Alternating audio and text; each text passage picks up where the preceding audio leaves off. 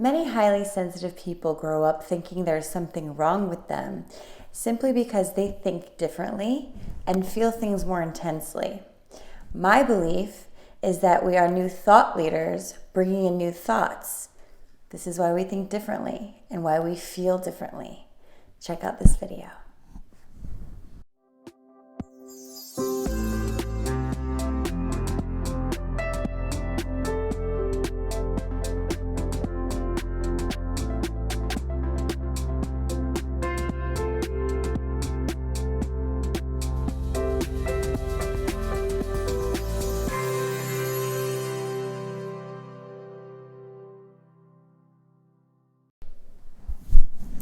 Many of you saw my post today on Instagram that spoke to how so many of us highly sensitive people grow up thinking we're broken, we need to be fixed, there's something wrong with us. Many of us get put on Ritalin because we're not focusing in school, but really what the reality is we're not interested in what we're being taught.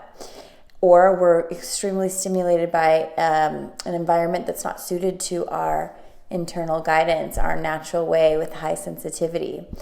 And what I really love to focus on in my work is empowering those highly sensitive souls who are coming into this world with new thoughts. In my opinion, to be empowered to be new thought leaders in many ways, to add to what's already created, to not necessarily fully break down the old system. I believe we are breaking down the old system to usher in a new, but to really bring in a newness that can be help in the evolution of our vulnerability in the world, of our transparency in the world, of our acceptance and diversity and unity in the world. And oftentimes what we're coming up against is people trying to break our way down to conform us to the old way.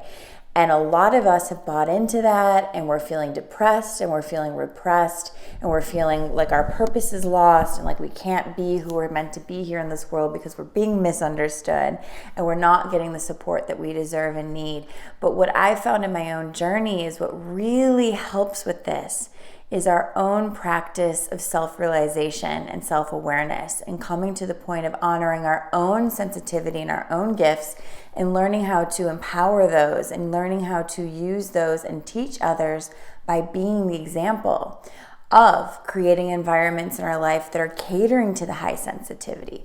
What a lot of people do, what I did when I was growing up, is I thought, nope, the high sensitivity is what's wrong with me, so I'm going to try my best to not have to need those things, not have to need the peaceful environment, not have to need a smaller classroom, not have to need certain foods, not have to need certain clothes. I could only wear sweatsuits for the first 10 years of my life, sweatsuits to school, because I needed extremely comfortable clothing, and I couldn't wear the color red because red would hurt my body.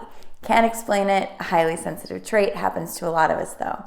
So these are the things that I would think was wrong with me because it was so different and it was super odd, right? But as I grew in my awareness and my expanded awareness of the universe and myself and the world and what it needs, and how some of my natural needs were kind of facilitating a greater collective need, I started really honoring that and really tuning in. And the more I tuned in, the more I empowered my own sensitivity and my own gifts, and the less my sensitivity started bothering me, and the more it started actually facilitating an empowerment within me.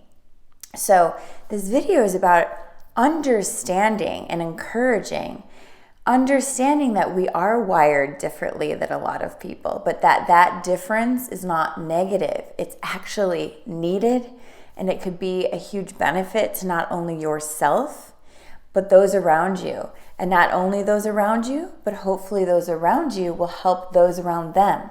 And so it has a ripple effect of empowerment rather than unempowerment. And our society, we're not wired like our society. So our society is not someone to look to for this kind of empowerment, but to look to more alternative methods, look to more conscious people, look towards the sort of holistic view of things so that you can feel like you're not weird, like you're not the rebel soul, but really understanding that your differences are needed, they're appreciated, and it's super necessary to understand that it's not personal. When people are like, oh God, she's so sensitive, or you're overreacting or whatever, it's just an unawareness.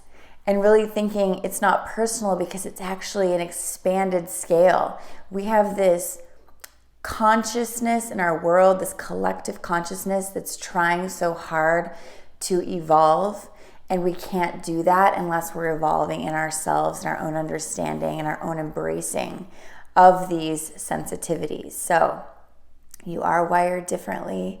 Society is not going to empower these types of things, but we're here to be that change in our world. So if you know someone that this could inspire, please share and subscribe, and I'll see you next week. Namaste.